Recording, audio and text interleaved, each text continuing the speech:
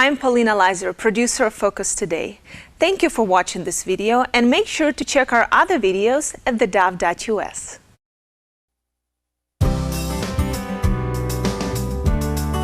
Hey, welcome back. Wow, we're back to Focus Today with Doug Gould. It's good to be here with you, man. Good to see be here. You. Thanks. Now, he's the founder of the Great Mohim, the guy in charge of Foundations for Recovery. Does that have that plaque on your door that says Doug Gould, Great Mohim? Captain, my captain is how I'm addressed. Yeah. And how you require people to address you. Yes. Wow. Well, for those people who aren't aware of Foundations for Recovery, this actually is.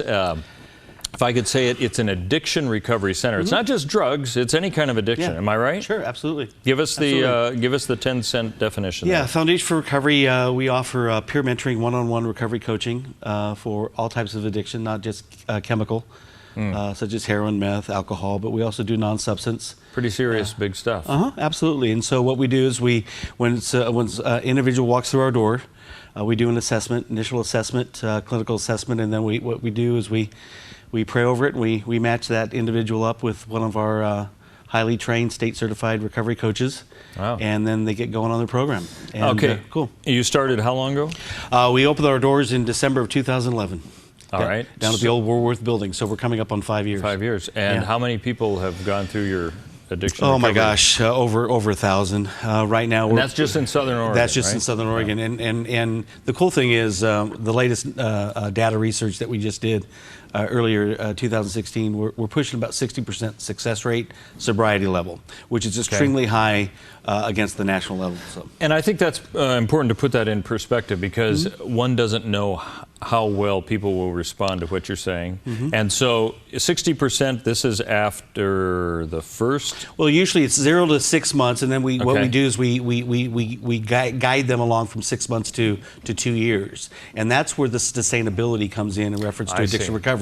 That first 6 months, you're going to see a lot of relapsing going on. Doesn't mean that you're not going to have relapse after that. But what we try to do is we never give up. We continue to work through relapse, and we try to educate the client, the participant, if we will, on understanding the triggers and compulsions that happens because of relapse. And so we always say old people, old environment equals old behavior. And so 9 times out of 10, it's one of those issues regarding a relapse. And you're not talking about people who are old, but people who have friends who are old friends, right? Yeah, absolutely. You're not just targeting seniors. Absolutely. I just want to make sure. We take old environment, old friends. Because you said old people. I just want you to know that. Well, I'm an old person, so I have to put myself in that category. I found it all depends how old you are as to how old those younger than you think you're old. Exactly. So you're talking about familiar people, old friends and all that, okay, now it may have been 2 years ago now, we covered a news story on a weekend where you were kind of sponsoring Guns and Hoses, which is the police and fire departments getting together, playing softball, doing it for a fundraiser. Sure. And this was for your group, right? Absolutely. So that started there, and now it looks to me, you got this massive poster in front of me that is just almost too hard to read. There's so much stuff on there. But it looks like it has expanded. Absolutely. Am I right? Absolutely. Tell us about this carnival. This will be our 3rd year. We have some wonderful sponsors within our community, such as theDove, and what we decided to do is there's Steve, with people who struggle with addiction, coming out of addiction, there's still that stigma or label that stays with them because they were a recovered alcoholic or recovered addict. We want to get away from that. We want to let people know in the community that addiction affects so many different walks of life. So we decided to put a festival together to put a positive face on recovery. Okay. And so we have put this event together. This will be our 3rd year. We're going to be at Harry and David this year. Kicks off Friday night. With a Friday night, September 9th, with a home run derby contest between the members of the police and fire department. Okay. Plus we have 3 members of our Foundation for Recovery that's also going to be participating. And this is the Guns and Hoses part of all This is all right? part of the entire festival. And so then also we have Troy and his gang from Spartan Boxing is going to be there and do some exhibition boxing.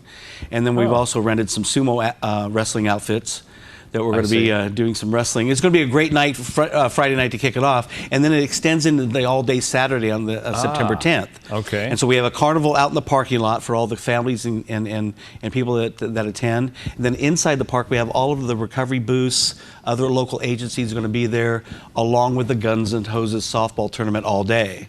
And so there's raffle prizes, concession stands. It's just going to be a wonderful family atmosphere, bringing everybody together. And so this is a fundraiser. Absolutely. Right? So how do you get money out of this? Absolutely. Well, through our concession stand, through our carnival tickets, we have raffle prizes. We are also raffling off a motorcycle, only selling 700 tickets. It's $10 a ticket. All funding goes right back into the program. This is one of our big fundraisers for the year. As you know, the friends listening understand that Foundation for Recovery, we never turn anyone away because we don't charge for our services. So when people come through our door, they're there. They want treatment.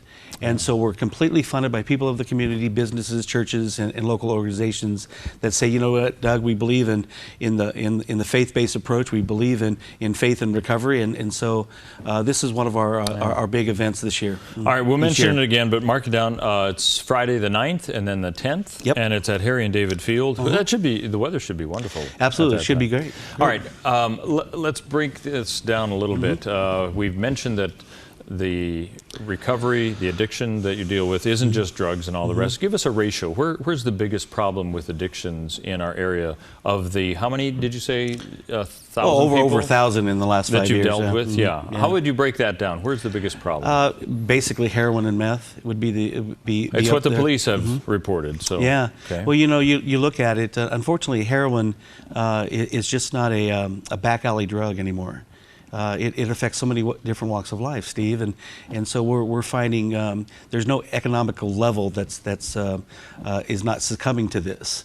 And what we have found the progression of addiction, and I know a lot of colleagues will disagree with me on this, but marijuana is, I believe, is the trigger. A gateway drug. Yeah, absolutely. And now my good friend Patrick Doyle says nicotine. I agree with him as well on that. But usually I see it a lot. I see the marijuana go to the prescription pills. You know, we have a saying, you know, don't forget to lock up the medicine cabinet while you're locking up the liquor cabinet. You're right, because prescription pills are so prominent today, especially in that age of 13, 14, 15, 16. And so what happens is they get hooked on the pills, and it's an opiate. And then they realize what they can sell those pills for, what the market rate is out there. It's anywhere from $30 to $50 for one single pill. Wow. Well, if you get a script from a doctor, sell those scripts, you can actually buy heroin at I mean, heroin's cheap. And so we're seeing the progression of that in our community. And not only that, but now heroin is being laced with fentanyl. And so, you know, this is and why what's the effect there? It's more potent. It's 50% more potent than heroin, fentanyl is, and 100 times more potent than morphine. Okay, and so now that opens up an interesting question, because I know that I've heard that the marijuana that you get now is far more potent than what it was in the 60s. Yeah, with the THC level, correct. Yeah. Are you finding, you mentioned heroin obviously can be far more stronger. Is it stronger? Because heroin back in the 60s was bad too, but you're saying right now it's even more pure and more I guess, difficult to kick and easy to become addicted to, it sounds like. Absolutely, and not only that, but they're also producing, it's called China White, which is a synthetic opiate, heroin, I should say, which is being mixed with, I mean, the bakers or cookers, if you will, the drug dealers know how to mix it. But you don't know what potency that you're getting. You know, that's why our police and the fine job that they do carry naloxone and Narcan and able to help. I just had a young person go through, unfortunately, she made it. I mean, she made it. Unfortunately, I mean, it was close. She OD'd and now she's back into recovery. So now, and you mentioned the Narcan. I want to mention it that I had talked to the police department. We did a news story when it first came out. More police agencies are having Narcan available, which is a drug, so that if somebody's overdosed, this actually is an amazing thing to try to jumpstart them back into cognizance of what's going on. It doesn't solve the problem, but it saves their lives at that point. Absolutely. And here's the funny thing, and this is what this is why we do our luncheons and have educational programs, Steve, because the same company back that produces the fentanyl patch Yes, that was designed for cancer patients, but then they noticed that the fentanyl patch was extremely higher, more potent than pills, and doctors started prescribing the fentanyl patch for chronic pain and so forth. Well, what was happening is, as the heroin epidemic grew, and the heroin being cut with fentanyl, then they started realizing the overdose rate started going up. So the same company that produced fentanyl patch produces the Narcan. So they're making both. They're making money on both ends. Wow. And so again, education, awareness. This is what the festival has to do. This is why we have our luncheons. This is why we invite the people to come out and support Foundation for Recovery. We want to educate families what's out there. All right, and I suppose this is at your website. ffrhope.com. Okay, and you can find out about the event. Starts on Friday the 9th and goes through the 10th.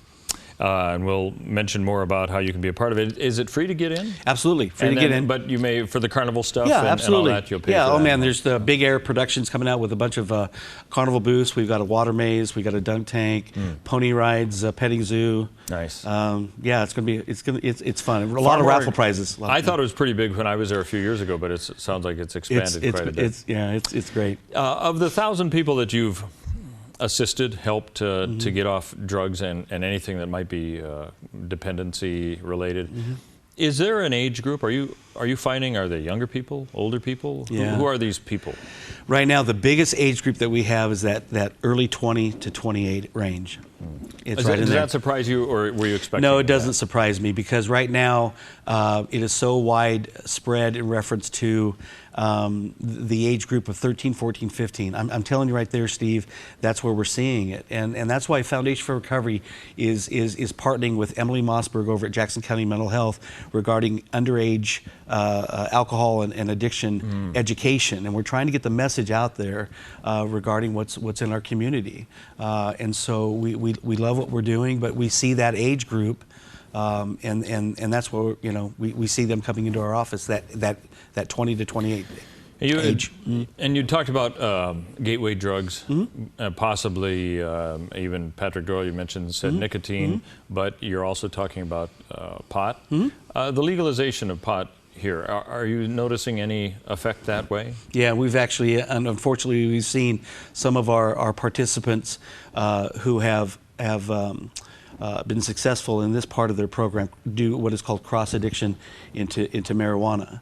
And so we've seen some loss to that, but because it's legal, it's easy for them to get it then, absolutely. Right? And so the thing is that we want to educate the community.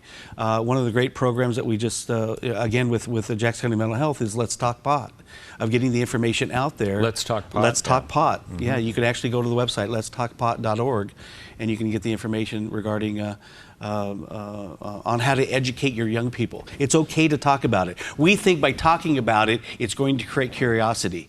But the University of Michigan has done a successful study on the more you talk about it, decreases the use. Really? So you have to talk about it. So that's good to hear about that, for sure. We've talked on the morning show how ironic it is that now, after pot was legalized, Department of Transportation coming out with spots that say, please don't smoke pot and associated with driving. And it doesn't mean while you're driving, it could be well before you've gotten behind the wheel and you still have the effect.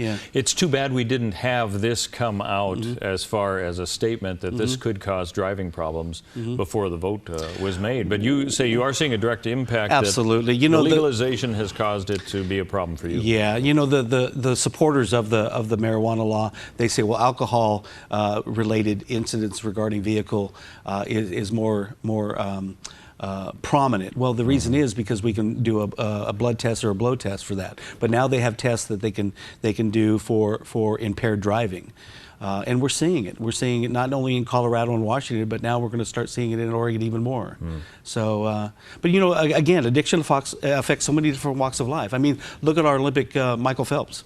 He's got a great recovery program from marijuana to alcohol, a couple DUIs, and he goes through treatment, and now is an advocate for addiction recovery. And so it's there's life after addiction, and that's what our festival wants to teach and promote. Well, that sounds great.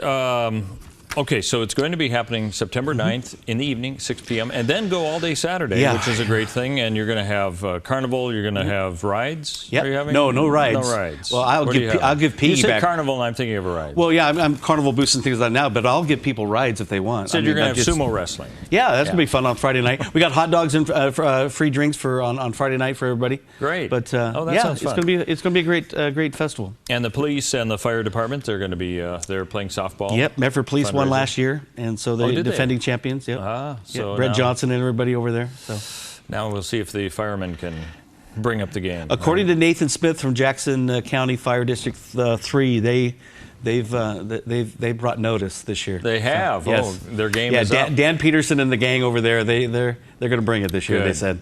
All right, great thing, especially I would imagine for people who have children or maybe relatives who think should be a part of the recovery program. You'll be able to answer any questions they have at the event. Absolutely. You know, it's one of those things to say, well, I'm not going to go over there and talk to Doug one-on-one, but you know what? If I bump into him at the event, maybe we can talk. Absolutely. And we got a lot of agencies there to hand out information. All right, your website again?